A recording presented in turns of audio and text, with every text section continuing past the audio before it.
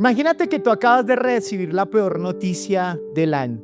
Imagínate una peor noticia, no sé, una enfermedad, un cáncer que viene a tu familia, posiblemente una crisis financiera letal, posiblemente te enteraste de alguna situación que tus hijos están haciendo, una situación bien compleja, no sé, de eso que nosotros llamamos tormentas graves.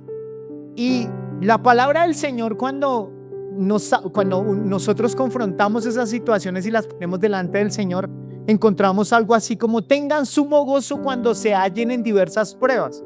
Es como que uno dice: ¿cómo así que es re loco? O sea, yo estoy pasando por tremenda prueba, por tremenda situación, y a mí me dicen que yo tengo que tener gozo en medio de las pruebas. ¿Cómo es eso? Yo no puedo comprender o entender eso. ¿Cómo aún tengo que darle gracias a esta prueba que está pasando sobre mi vida? Tú y yo necesitamos entender que nuestra vida está hecha para vivir con pruebas y con dificultades. Y a veces nosotros pensamos que nos equivocamos de iglesia, que nos equivocamos de matrimonio, que nos equivocamos con nuestros hijos, porque pensamos que la vida es color de rosa y todo lo idealizamos y lo vemos allí. Pero la palabra del Señor me enseña que tú y yo aún vamos a completar muchas de las luchas o tribulaciones que Jesús vivió y que tú y yo vamos a tener que vivir. O sea que parte de que van a venir situaciones difíciles, van a venir. Que no han venido, espere un momentico, que van a venir. Pero que van a venir, van a venir. Algunos están saliendo de la prueba, otros están entrando en la gran tormenta, otros están pasando, ya están casi saliendo, ¿sí? Pero todos nosotros vamos a vivir por tribulaciones y tiempos difíciles. Y eso tenemos que comprenderlo, porque si no, y seguiremos idealizando de que toda nuestra vida tiene que ser algo romántico, un crucero donde no va a pasar absolutamente nada. Nosotros hemos venido hablando sobre la fe, y la fe, hemos venido hablando un poco para entender qué es la fe, ¿sí? Qué comprendemos en la fe y demás.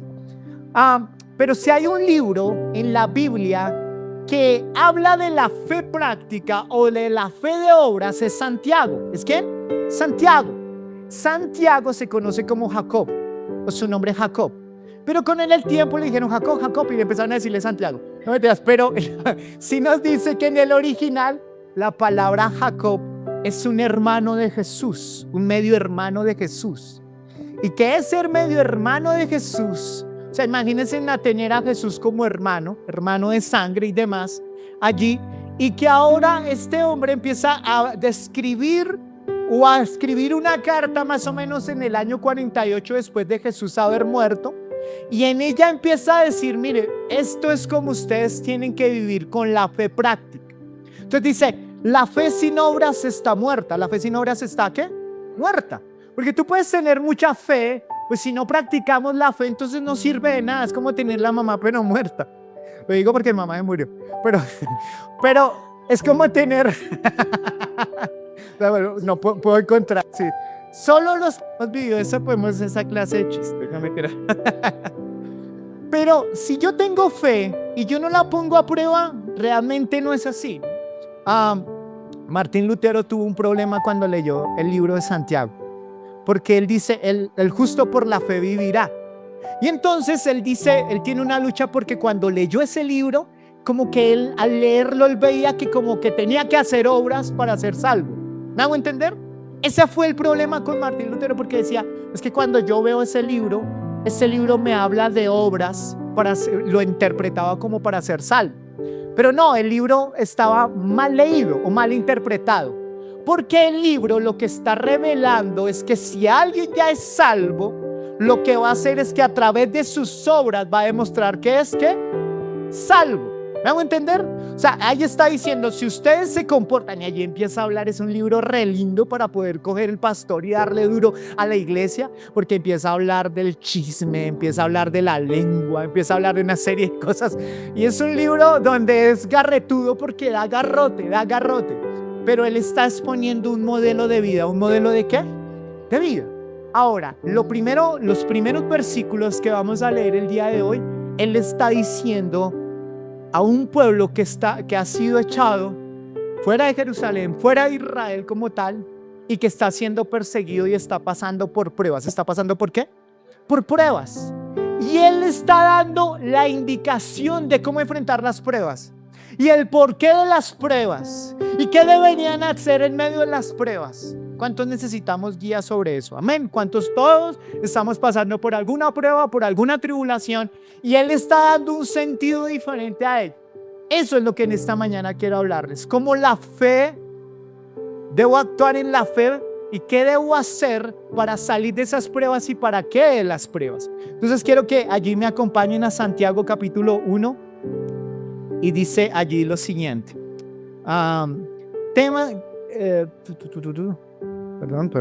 Dice,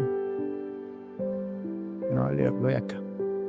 Dice: Santiago, siervo de Dios y del Señor Jesucristo. Me encanta porque él está diciendo siervo del Señor. Siervo del Señor y del Señor Jesucristo. Me encanta porque lo primero que vemos nosotros es que él hubiera podido escribir: yo soy hermano de Jesús, el apóstol, el llamado hijo, hermano del Señor, así que presten mucha atención. No, me encanta la humildad que él tiene y él empieza a reconocer algo. Que el que tiene gobierno sobre su vida es Dios el Padre, y que él sencillamente está viviendo su vida para el Señor. ¿Por qué? Porque allí empieza a decir: Santiago, siervo de Dios y del Señor Jesucristo, a las 12 tribus que están en la dispersación. Esa palabra que dice en algunos, dice esclavo del Señor, es un esclavo de amor. La palabra doulos se está refiriendo a un esclavo, y que está sirviendo como esclavo para el Señor, como que él vive para él. Tremendo esto, porque imagínense ser un hermano y poder ver a Jesús aún con sus luchas, con sus cosas, y de repente empezarlo a ver como Dios. Y él empieza a decir: él para mí es Dios. Y lo empieza a respetar de esa manera y empieza a decir: yo soy tu siervo, yo soy tu esclavo. Me encanta eso. Pero ahí empieza a decirnos para quién fue escrito. Y él dice que fue escrito a las 12 tribus que están en la dispersación. El salud, él les está saludando. Versículo 2: hermanos míos, tened por sumo gozo cuando te halléis en diversas pruebas. Está diciendo que tiene que tener gozo cuando vengan las pruebas. La palabra prueba se está refiriendo a una situación difícil, una situación que te supera, una situación donde se está siendo probado el oro como tal, ¿sí? Van a probarlo con un líquido especial, que ese líquido es dolor, y que en el dolor se puede verificar si es oro o no es oro. ¿Me hago entender? Es como que la prueba, de alguna manera, dice: la prueba es importante para probar tu fe, porque la palabra del Señor dice que a veces tenemos una fe fingida. ¿Una fe qué? Fingida. ¿Y a qué se refiere con fe fingida? Usted dice: yo amo mucho al Señor y demás, no sé qué, pero en el momento de la prueba se descubre si es una fe fingida o es una fe real. Porque no hay manera, usted puede decir: no, yo con Jesús para las que sea, bien, no sé qué, y el Señor te dice: listo, pero vas a pasar esa hoja de vida, no hables de más. Y tú dices: no, yo hablo de más. Es una fe fingida. ¿Por qué? Porque el Señor te está llamando a ser íntegro, a hacer las cosas de la manera correcta, y es una fe fingida. Una fe fingida porque te duele algo y tú dices: no, esto ya es cáncer, esto es algo no sé qué, y ya lo primero que usted piensa es lo malo y se lleva hacia eso malo que está allí. Una fe fingida. Porque la prueba revela lo que nosotros creemos. Y el Señor dice: el propósito de la prueba es probar tu fe. ¿Qué tan fuerte es? ¿Qué es lo que hay allí? Miren esto. Un hombre, allí Malaquías habla algo así como aquel que forja como tal el oro y la plata. Y dice que llega un momento donde el oro y la plata tienen unos grados donde toman unas pinzas y las colocan en el fuego. Y en el fuego empiezan a corregir o a quitar las impurezas. ¿A quitar las qué? Impurezas. Y entonces alguien se fue detrás de eso a mirar, porque la palabra del Señor habla de cómo se quitan las impurezas. Y esas impurezas se quitan a través de la prueba. Entonces dice que lo que hace este hombre cuando lo mete en el fuego es que él sabe que si le mete mucha candela se va a quemar.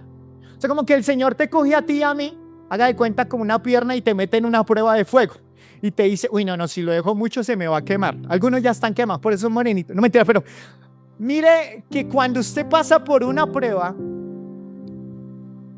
el Señor quiere, a través del fuego de la prueba, quiere saber si su fe realmente es fuerte o es una fe fingida.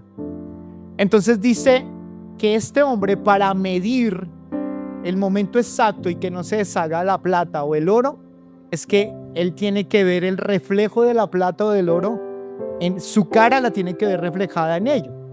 Eso es una ilustración para mostrarnos que el propósito de la prueba y de la lucha es que el Señor pueda ser reflejado en nosotros. Amén.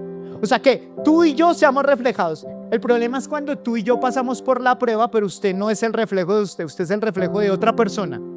Usted es el reflejo del Instagram, de lo que usted escuchó, del podcast que ahora escuchas. Tú es el reflejo de eso, pero no es el reflejo de Jesús. Y entonces dice, fe fingida.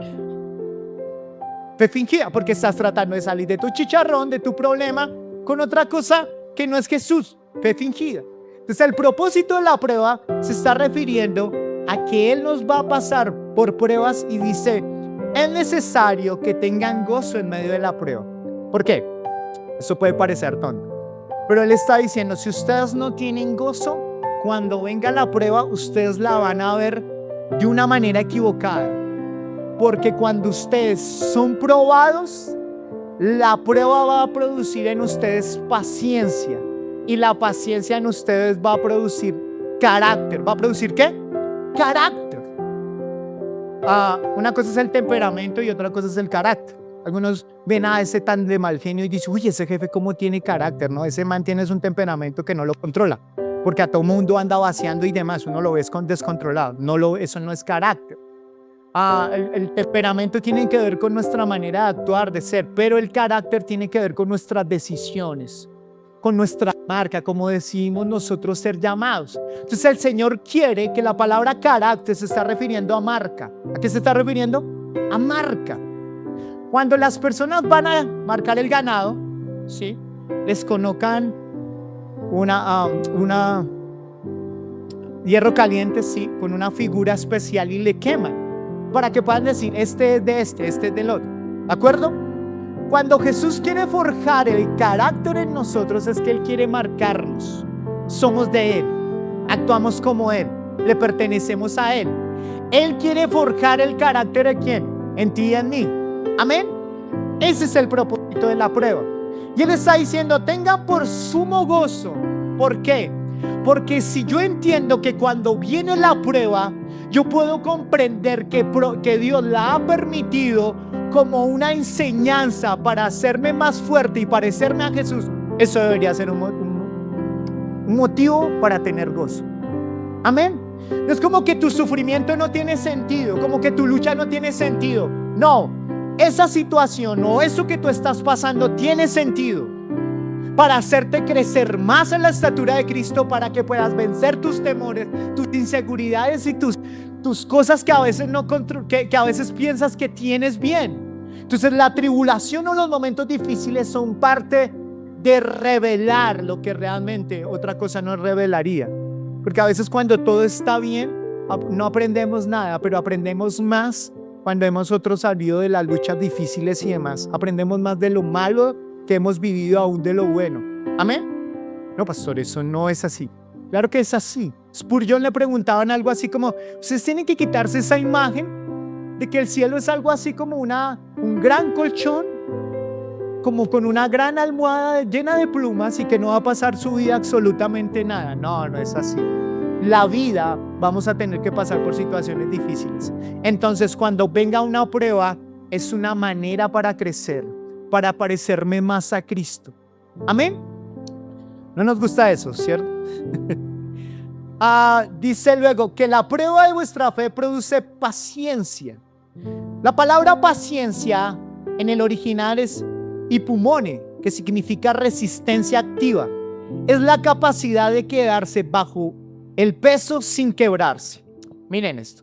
El Señor está diciendo, la prueba, lo que va a producir no es fe. ¿Qué produce la prueba? Paciencia. ¿Cómo se obtiene fe, iglesia? ¿Cómo se obtiene la fe? ¿A través de la prueba? A través del oír la palabra del Señor. Amén. Usted dice, esta prueba, Dios está forjando mi fe. No, Dios está purificando tu fe, pero lo que está haciendo el Señor es formando paciencia. Y a veces cuando yo leía esto, yo decía, ay sí, paciencia. Pero como que no vemos nosotros el significado de lo que representa por qué debemos tener paciencia.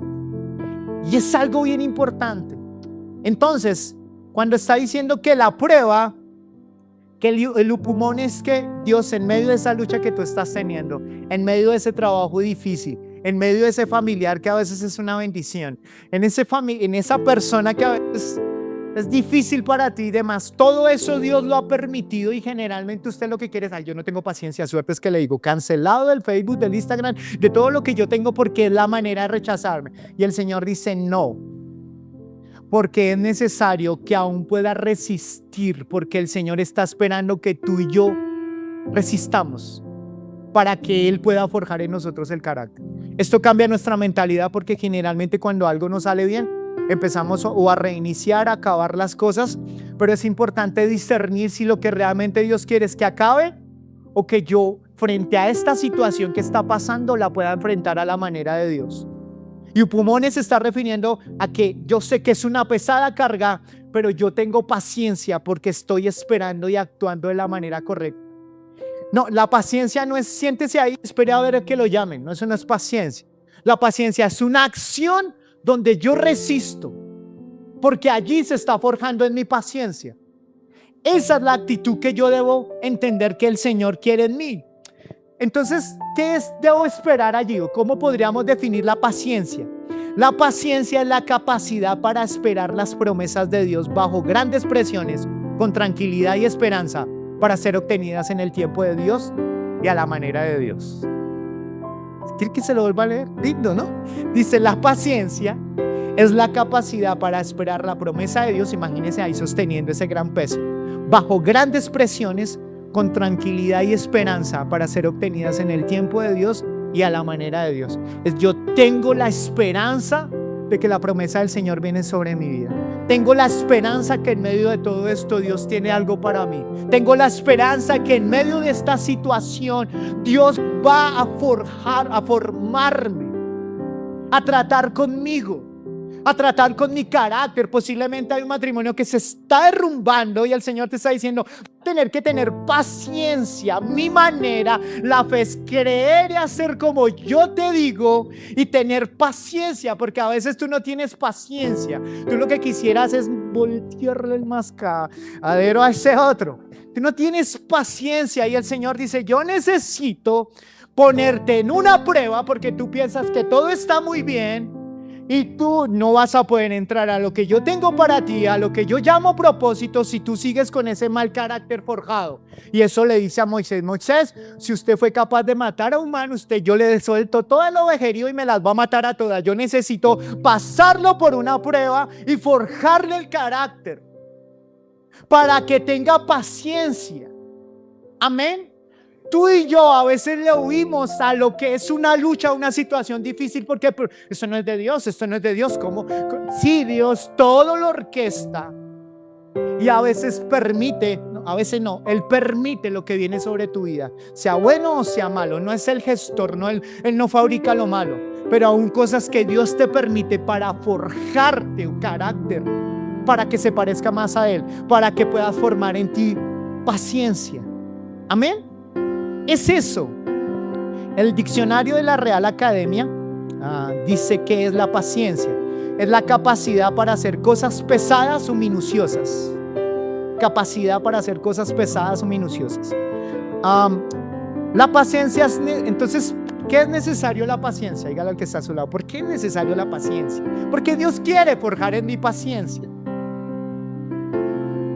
Miren esto, y aquí encontré varias cosas que es importante.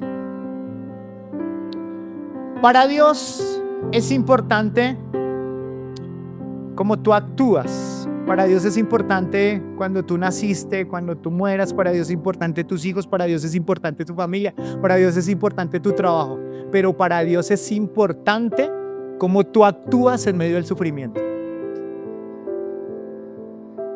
Porque en el medio del sufrimiento tú puedes no reflejar a Cristo, sino reflejar tu carne. Por eso para el Señor es importante que puedas tener paciencia, porque la paciencia en ti cuando vengas en un momento difícil, la idea es que puedas actuar como Cristo te llamó a que actúes. Amén. La paciencia es necesaria para sufrir bien, para soportar el sufrimiento que da testimonio a nuestra fe.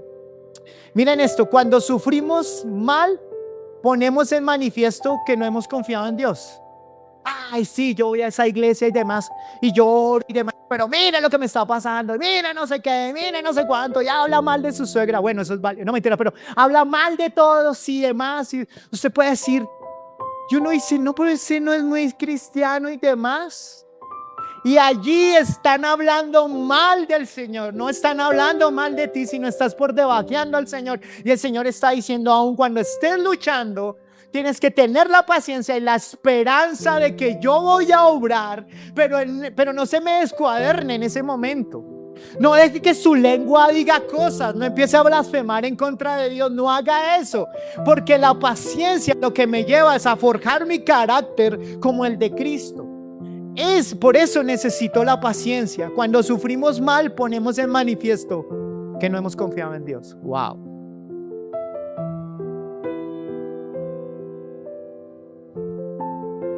Un cristiano impaciente frecuentemente es un cristiano airado. Y un cristiano airado le da una mala reputación a la fe. Es necesario tener paciencia, porque la falta de paciencia genera ira. Y a veces cuando tú actúas en medio de la tribulación, pero ese no se le puede decir nada, está rabón y está airado, y uno dice, ¿ese carece de qué? De paciencia. Porque la paciencia, la falta de paciencia desata mi ira. Estoy irritable, no aguanto nada, no aguanto un piso, no aguanto nada. Porque el Señor está diciendo, yo tengo que forjar en ti paciencia para que la paciencia desarraiga de tu vida la ira. Porque la ira lo que hace es que daña la bendición que Dios tiene para ti. Imagínense en una relación donde la ira es la que está allí. ¿Esto qué le pasa? ¿Por qué me dio esa comida fría? Pues agradezca que yo le di antes comida. No, pues suerte es que le digo ¡pam! Y esa puerta queda como dando vueltas y vueltas. La ira está gobernando tu casa, no la paciencia. Cuando corriges a tus hijos, y eso que hablábamos hace un ratico, porque tus hijos no te cuentan nada. Ay, ¿y qué fue lo que pasó? Y le abren los ojos y los chinos se van rápido corriendo, porque dicen, ¿yo qué voy a poder abrir si mi papá y mi mamá andan airados? Porque eso demuestra que no tienen paciencia. Porque la falta de paciencia no te da la manera para discernir lo que está pasando, no lo puedes meditar. Pero aquel que no cree en la paciencia medita en la ira y no en la paciencia que proviene de parte de Dios. Y meditar en la ira es, ¿cómo me hicieron? Uy, no, que se abran, y cómo eso me parece supremamente injusto, no, eso no sé qué. Pero cuando tienes paciencia empiezas a discernir, no, ese me habló de esta manera por esta situación, por eso el problema es puedo entender esto, porque es importante la paciencia, pero no la ira. Si tú empiezas a ver que eres una persona que se domina por la ira, yo te quiero decir que te falta paciencia.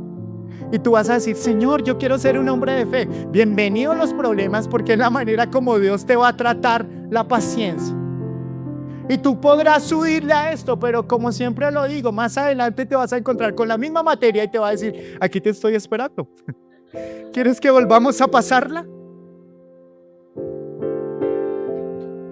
Dice, un cristiano impaciente frecuentemente es un cristiano airado que le da una mala reputación a la fe.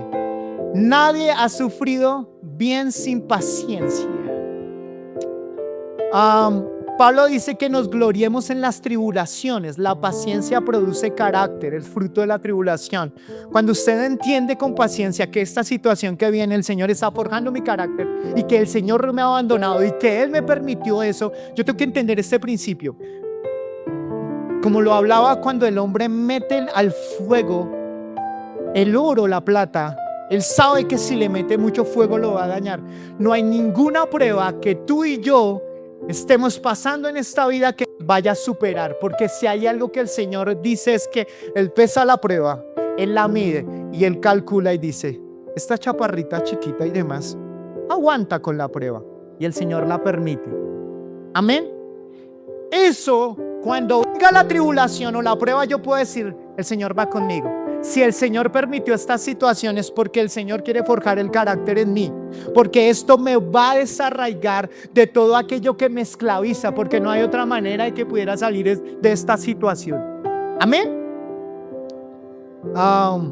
Dice,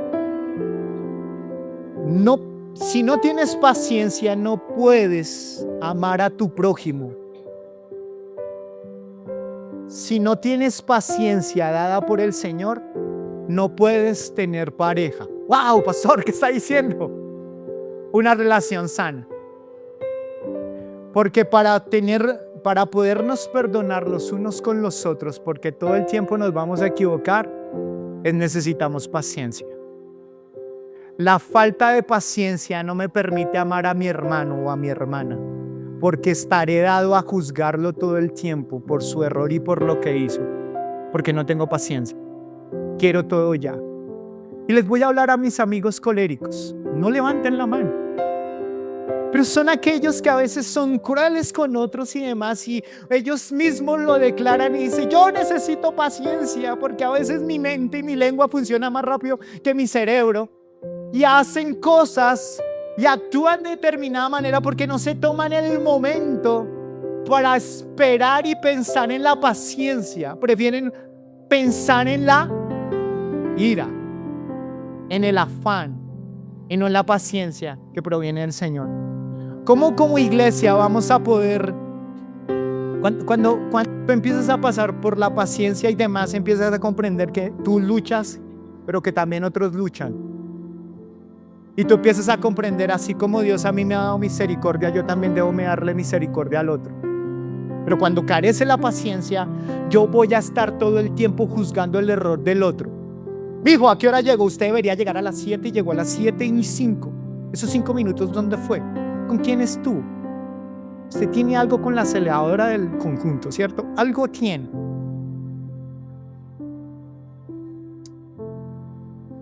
Porque todo lo pensamos de acuerdo no a la paciencia, sino que somos dados a ir a los límites.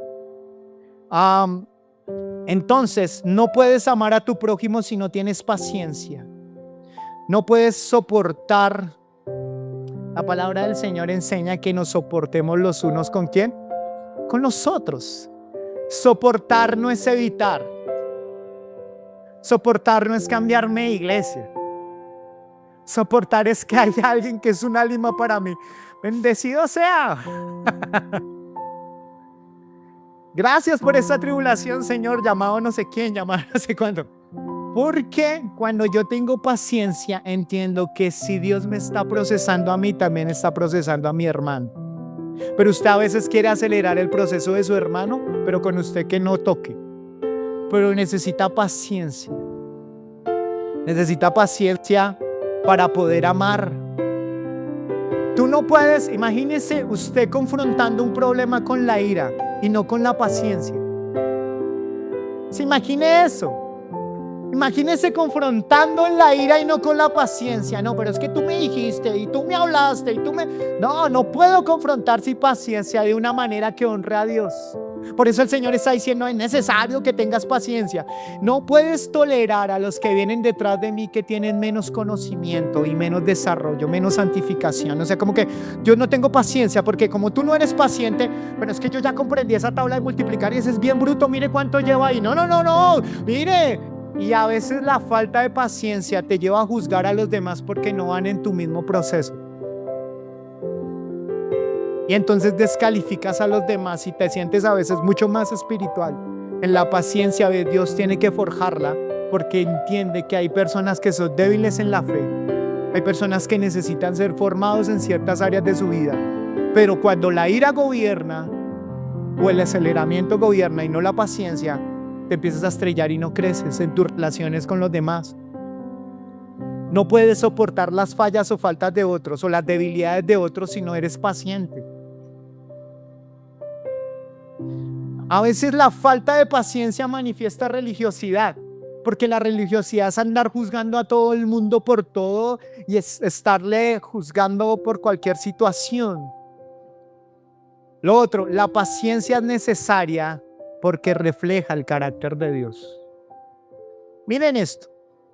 ¿Cuántos saben que Dios se aira? ¿Dios está airado en estos momentos? Levanten la mano los que dicen que sí. ¿No? Pues sí está airado. El Señor está airado, tranquilo. El Señor está airado porque el hombre está en la maldad. Y el hombre, por la paciencia, le está dando a este mundo la misericordia para que se arrepienta. La paciencia que tú y yo tenemos con esa cosa que no queremos soltar. La paciencia que Dios tiene contigo con esa pornografía que no quieres soltar. La paciencia que Dios tiene con esa manera a veces de ver tan vengativo a tu hermano o a tu hermana. La paciencia que Dios tiene cuando te dijo, no chismosees y sigue chismoseando. La paciencia que Dios tiene contigo, la paciencia que Dios tiene contigo de que todo el tiempo estás menopáusico. Me refiero a que estás deprimido, triste. Y eso manifiesta que no le crees al Señor. Dios tiene paciencia en eso. Entonces, si hay algo que caracteriza al Señor, es que el Señor es un Dios que está esperando que el hombre se arrepienta. Miren, el Señor tuvo paciencia con el arca de Noé, un pueblo pecador. Y coge a este hombre, y este hombre dice la palabra en el Nuevo Testamento que este hombre estaba predicándole a ellos para que se arrepintieran. 1 año, 2 años, 3, 120 años. 120 años. O sea, apenas le dan un empujón en el Transmilenio, ¡pum! Que 120 años, ¡trin! ¡Tome! ¡Pan! Chismoseó de mí, tome. Yo también me defiendo, yo para eso tengo boquita. Nosotros somos dados a actuar sin paciencia. Pero si hay algo que el Señor busca, es que dice que la gloria de Dios se manifiesta en su creación. O sea, que los árboles, la naturaleza y demás, usted va y a veces usted está tan estresado que a veces ve la naturaleza y puede ver la paciencia de un pájaro que va hacia otro árbol. Cómo lo verde empieza a crecer allí, cómo las nubes van lentamente, manifiestan toda la paciencia del Señor. Pero tú y yo no la queremos manifestar. Si el propósito del cristiano es reflejar el carácter de Cristo, ¿y qué es lo que Él quiere que reflejemos? ¿Qué? Paciencia. O sea, el Señor quiere que yo tenga paciencia. Mire, el orgullo está muy unido a la falta de paciencia, porque el orgullo a veces es demandante con los demás. Tienen que ir a mi ritmo, como yo desee, como no. Y el orgullo a veces lo que lleva es a que vayan a nuestro ritmo, y eso demuestra que carece de paciencia. Miren a Jonás, quiero que vayas y le prediques a Nínive. Bueno, yo no quiero ir a Nínive. Ve y predícale a Nínive. Es que yo sé que tú tienes paciencia con ese pueblo, y ese pueblo, a lo bien, Señor, merece que los enchicharronen a todos, que todos se mueran. ¿Por qué? Porque es un pueblo pecador. Vaya y trate con ellos. Entonces el Señor le dice, no, ve y dile a ese pueblo que se arrepiente. Y él no quiere hacerlo. Se va en un barco y le pasan una mano de cosas en el barco. Luego dice que cae al mar y luego que una ballena lo come. Un montón de cosas que pasan allí hasta que finalmente volvió como perro arrepentido, pero ni aún arrepentido. Porque él va y les dice a ellos, pero la intención de él es, bueno, vayan y arrepiéntanse. Pero él en el corazón quería que no se arrepintieran. Y él se para como en una playa, como en una especie de honguito, a mirar cómo el Señor iba a destruir ese pueblo. Imagínense. Era un hombre que tenía ira, que tenía un enojo y que era orgulloso, y que él determinaba quién entraba y quién no entraba al cielo. Lo mismo pasó con los discípulos de Jesús cuando dijeron, y no nos quisieron escuchar, pues que descienda fuego del cielo y que los mate a todos. Necesito procesarte, Pedro, Juan, Jacobo, todos ustedes necesito procesarlos, porque con ese carácter no van a poder mostrar el carácter de Cristo. Amén. Luego llega y dice allí, entonces la tribulación es el método a través del cual de Dios forma el carácter en sus hijos. Luego dice, y si alguno de vosotros tiene falta de sabiduría, pídala a Dios. ¿Pídala a quién?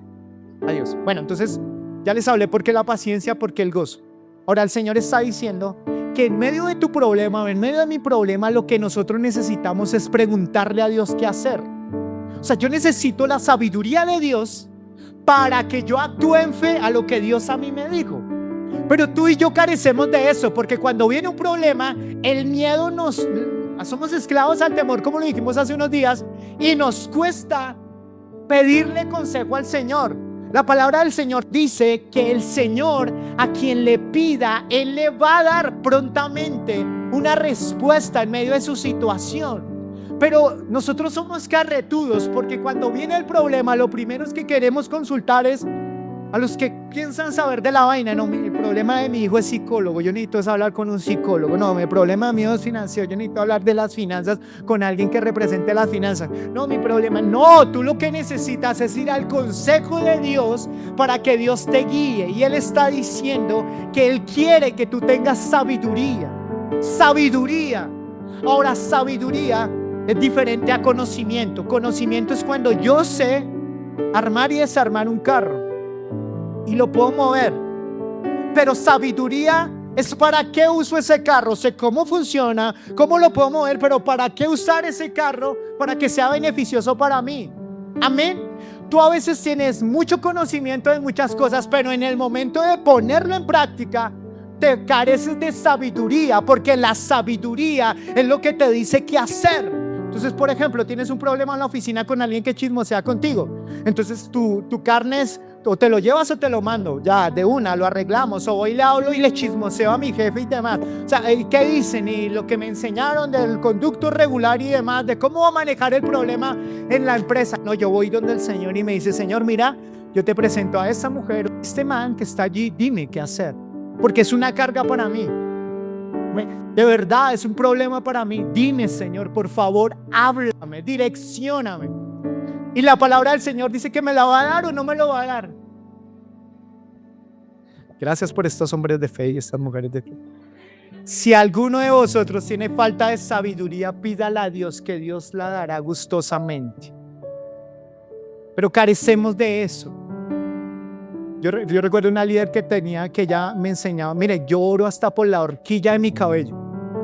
Yo decía: ay, pero tan exagerada. Pero yo con el tiempo entendí que todo lo consulta con el Señor, todo le pregunta a Dios.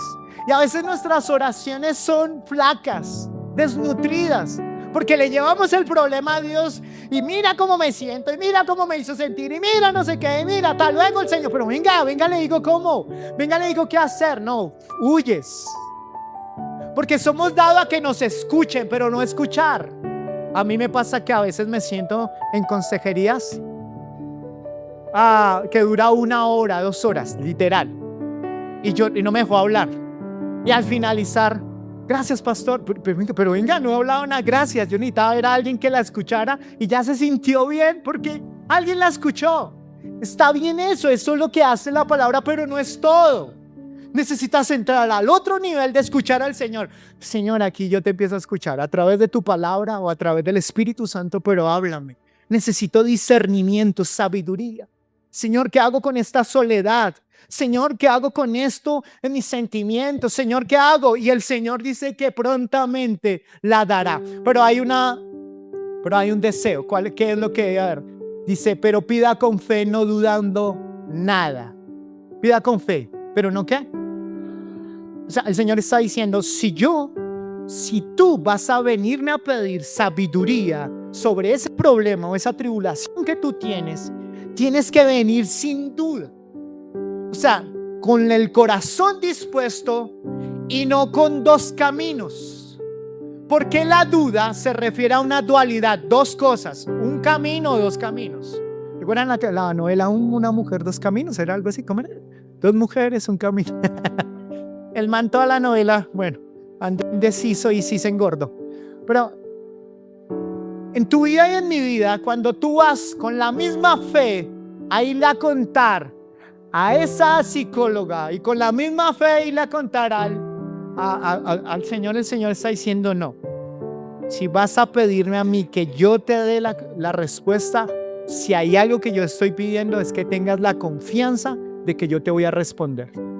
De lo contrario, no vas a crecer. Y eso aplica porque cada prueba lo que hace es que ejercita mi fe para que yo confíe en el carácter del Señor. Amén. No sé si lo podemos entender. O sea, si mi hijo tiene un chicharrón con alguien y yo se lo puedo solucionar, y él viene y no, yo ya solucioné el chicharrón por otro lado, yo como que me indigno y digo, pero ¿cómo no me vienes a decir a mi hijo? Yo me indigno. Como el Padre no se indigna cuando tú acudes a otros bastones, a otras situaciones, a tu universidad de la vida, la experiencia. Miren, es universidad de la vida. Tú y yo hemos pasado por muchas experiencias, que esas experiencias nos determinan en qué creer y no creer. Y a veces le tenemos más fe a nuestra universidad que al mismo Señor. Y por eso no crecemos en la fe. Amén. Listo, voy con esto. Es como que, recuerden, había un hombre que un día quiso pasar las cataratas del Niágara, y entonces era un hombre que colocó esas cuerdas, y en una de esas cuerdas el hombre empezó a caminar de un lado para el otro y todo el mundo aplaudiéndole, qué bien, qué cool. Luego él montó una carretilla y empezó a pasar la carretilla, y uno dice, tremendo, la carretilla, imagínense. Y luego dijeron, ¿y quién quiere ahora subirse a la carretilla? Uy, no, suerte, yo no quiero ir por allá. Porque eso es la duda. La duda es, yo me la juego en el Señor, yo le creo al Señor, y a la medida que lo conozco, a veces el temor tuyo es que a veces Dios te llame a hacer cosas irracionales, no te va a llamar a matar a tu suegra, cosas así, no, Dios no te va a poner eso. Pero cuando conoces al Señor, empiezas a entender que hay cosas que ya al conocerlo, empiezas a moverte con libertad en lo que Él te dice y te da dirección. Pero necesitas creerle a Él con confianza de que Él te va a dar la respuesta para que así puedas crecer. Entonces no podemos, necesito la fe es un acto de creer y de tomar decisiones para que esa fe práctica se pueda ver. Ahora, recuerden que Pedro caminó también sobre las aguas. Pedro, los discípulos tuvieron que caminar tuvieron que pasar por una tormenta difícil y demás. Y el Señor les decía, no duden, pidan con fe, crean que esta tormenta yo tengo el control, crean que puede caminar sobre las aguas porque yo se lo dije. Recuerden que Pedro no caminó sobre las aguas. Pedro caminó sobre una palabra dada por Dios cuando lo dijo, camina. Amén. Entonces ahí se aplicó la fe y la dirección de parte de Dios, porque Dios lo que te da te muestra cómo actuar, qué hacer, y lo que Él espera es que tú actúes en fe en lo que Dios te está diciendo. Luego dice, si algo tenemos que reconocer es que Dios quiere que entonces que tengamos sabiduría. Entonces lo primero es esto: Dios quiere que tengamos ¿qué? Gozo.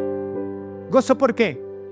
Gozo porque sé que esta situación Dios está conmigo, y porque sé que esta situación va a hacer que mi carácter se parezca más a Cristo. Amén. La tribulación o la prueba que va a producir en mí, paciencia, y la paciencia me da una serie de cosas para poder amar a otros, para poder crecer a otros, para poder discernir el amor de Dios, para muchas cosas. Amén. ¿Claro hasta allí? Y luego me está diciendo que cómo puedo pedir en medio de esa situación, cómo debo pedir sin dudar. En esa tribulación tengo que pedirle a Dios. Amén, hasta allí todo bien. Ahora miren esto. Dice la palabra cuentan que había un grupo de cristianos que se llamaban los parabolanoi. ¿Qué eran esos?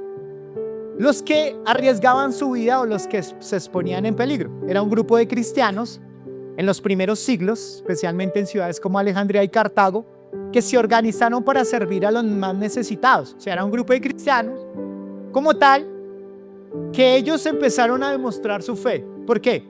Porque ellos empezaron durante ese siglo segundo y tercero. El imperio romano fue azotado por unas pestes como la peste antonina y la peste de Cipriano. La gente se moría por miles. Entonces imagínense, la reacción de la gente era dejar a sus familiares botados. Si alguien se moría en las calles, dejarlo allí. Si alguien lo veían enfermo, lo dejaban allí porque ellos no sabían mucho y pensaban que era muy contagioso. Entonces la reacción de todos ellos, llevados por el miedo, abandonaban sus propias familias y demás. Pero la reacción de estos cristianos es que inspirados por la enseñanza de Santiago y de Jesús no huyeron, sino que se quedaron. Y se quedaron y empezaron a cuidarlos. Y recogían a los enfermos en las calles, los alimentaban, los limpiaban y les hablaban de Cristo. Muchos de esos enfermos se sanaban gracias a los cuidados. Y otros morían, pero morían de una manera digna. Mírenlo, sí. Yo creo que el Señor te está entrenando. Este es un lugar, su iglesia es un lugar de entrenamiento. Y ese entrenamiento es para que entiendas hoy que a pesar de que estás pasando por una situación que no comprendes, el Señor está contigo, que el Señor sí tiene propósito esta batalla, esta prueba que estás viviendo, no te va a soltar, no te va a dejar, te está diciendo qué hacer en medio de esta prueba, te está diciendo cómo debes pedir y que Dios te va a responder. Pero lo que yo también debo generar en mí es que tengo que comprender que Dios quiere que yo sea sabio en mi manera de actuar, pero que yo también refleje mi fe en amar a los demás de una manera como ellos lo hicieron. Miren, yo no sé si ustedes, yo estoy alarmado y lo he orado y con Sandra lo hemos hablado. Yo respeto mucho el tema político y demás, pero yo entiendo que la palabra del Señor a mí me dice que esto no se arregla con políticos. Claro, está bien que haya justicia social y ese tipo de cosas, pero si usted mira en estos momentos, ya la gente es completamente impaciente y porque usted lo empujó ya saca un puñal y lo mata, ¿me entiendes? Personas que tienen mucho dinero y ganan un sueldo prefieren colarse en el Transmilenio. Y entonces hay una cultura de robo, una cultura de ser ventajoso, una cultura de hacerle daño al otro, una cultura de ¿cómo vamos ahí? Una cultura, o sea, hay una cultura de maldad donde la maldad está terrible. No sé, ustedes vieron, la suegra tuvo un problema con su yerna y se metió en la cocina y ella en el pantalón con una pistola y cogió y la mató cuando se arrodilló. ¿Por qué? Porque me quitó a mi hijo, imagínense. Problemas donde ahora hombres cogen y matan a sus hijos por la infidelidad de su esposa. Personas que se lanzan de edificios y demás porque ahora la ansiedad y la frustración y demás, y ahora todos ahora aplauden la eutanasia y si se quiere matar pues ese es un derecho, hágale, y si es el derecho de su cuerpo pues aborte. O sea, estamos en una maldad terrible, terrible. La inmoralidad sexual cada vez más está creciendo. Entonces ahora es ella con ella y él con él, pero ahora somos él y ella y ahora somos 4, ahora somos 5, 10, ahora luego meten animales y luego meten una serie de cosas y demás y ahora practiquemos con consoladores de esto, del otro. O sea, todo está a un nivel de perversión absoluta. Y ahora se habla de sexualidad con libertad, pero vaya y hable de cristiano y lo crucifican a uno y demás. O sea, a lo bueno lo llaman malo y a lo malo lo llaman bueno. Y nosotros no discernimos eso y nos está pasando por las narices. La iglesia es una respuesta ante eso que está pasando. La iglesia, ¿y cómo hace? Juzgándolos, criticándolos y demás. No, haciendo esto, amar sin apariencias. La iglesia, y usted va a empezar a creer en el Señor cuando empieza a ver que wow, a mí me aman realmente y quieren lo mejor para mí. Wow, ese pastor no se quiere enriquecer con mi dinero. Wow, entonces sí veo amor allá. Wow, veo amor porque esto que está haciendo es sin ningún interés. Es la manera como vamos a impactar a una sociedad para que se vuelva a Cristo y cambie la raíz de todos los problemas en la cosmovisión cristiana que se refiere a pecado. El hombre está lejos de Dios. El hombre está apartado de Dios. El hombre está supuestamente siendo espiritual, pero no lo es. Y el hombre tiene hambre y sed de Dios. ¿Por qué me dices eso? Porque este es el tiempo donde más van a que lo recen, a que hagan una serie de cosas, al tarot, al no sé qué, al yoga, a la abraza, el arbolito, no el arbolito de Navidad, sino o sea, hay una mano de necesidad en la iglesia. Entonces a veces nos sentamos a juzgar a los demás. No, necesitamos amarlos como Cristo te amó cuando tú todo el tiempo le dabas la espalda. Y por eso la iglesia tiene que reaccionar y tiene que entender que la manera para que realmente traiga un cambio profundo en nuestra sociedad es cuando las personas conozcan a Cristo. Amén.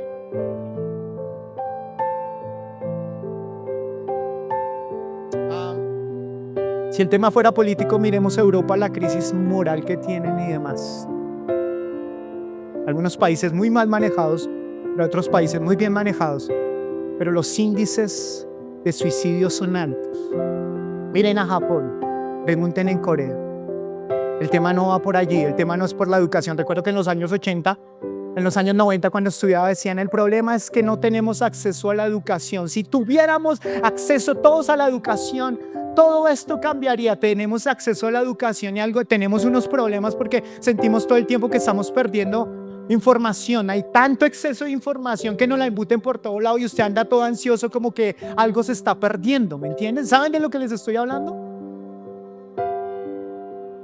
Porque como que nos están mostrando que no, el problema es que la iglesia tiene que enfocarse y tiene que entender que necesita sabiduría y que necesita ir por los perdidos. Estos hombres en el siglo II y en el siglo III entendieron que es la manera como nosotros vamos a actuar a través de mostrar el amor de Cristo. Tú y yo somos agentes del Señor para mostrar amor de Cristo. Cuando nosotros hablamos de una reunión como la del próximo domingo, es entender ciertas cosas. ¿En qué otro espacio podríamos nosotros trabajar? Porque algunos podrían ver esto como, esto que acabo de decir es para manipularnos, para que en la reunión traigamos personas. Si eso lo vas a hacer de esa manera, no traigas a nadie, porque no entiendes la profundidad de lo que estamos hablando. La profundidad, yo entiendo cuando yo pude ver a Cristo y Él pudo mostrar mi condición, yo pude entender que necesitaba un Salvador y Cristo cambió mi vida. No fue Alex tratando de superarse. Yo encontré, cuando yo tuve mi crisis existencial, fui donde amigos de diferentes religiones y demás, literal. Y cuando fui hablé con ellos, todos me decían, haz esto, haz lo otro. Todo era obras, haz esto, haz lo otro. Y hasta que tuve un impacto, un encuentro con el Señor, Él cambia mi naturaleza. Y eso es lo que hace que yo pueda cambiar. Y que ya mi preocupación sea más para agradarle a Dios. Tengo muchos errores y demás, pero ya veo que el poder de Dios está sobre mi vida y el Espíritu Santo está sobre mí. Entonces cuando hablamos de poder exponer a las personas a Cristo, es para que esas personas puedan reconocer su condición y que necesitan un Salvador. Eso es lo mínimo que tú y yo podemos hacer. Amén. A veces tenemos que decirles muchas cosas. Y mire, y va a haber lechona, y va a haber tamal, y va a haber esto, y vamos, ya parecemos como políticos para que vengan y voten por nosotros. No, eso no es así. Entonces toca convencerlos de lo magnífico que hay para que realmente, así, miren cómo lo hacían en la iglesia primitiva. En la iglesia primitiva, qué luces, qué sonido, a puro grito pelado. Se reunían allí pobres porque las clases sociales sí estaban directas. Ahí no había clase del medio, ¿no? Los más pobres y los más ricos. No había clase media. Y los más pobres allá repartiendo y hablando de Cristo, vendiendo sus pocas propiedades para alimentarse entre ellos. Eso es iglesia. Pero debemos dejar la tontería y empezar a nosotros a tomar una posición más agresiva. El reino de los cielos es ¿para quién? Para los violentos. Señor Jesús, yo te doy gracias por este tiempo, por esta tu palabra. Te pido, Padre, que podamos nosotros comprender que estamos en un proceso para ti y que tú puedas formar el carácter en nosotros. Amén. Dios los bendiga, Dios los guarde.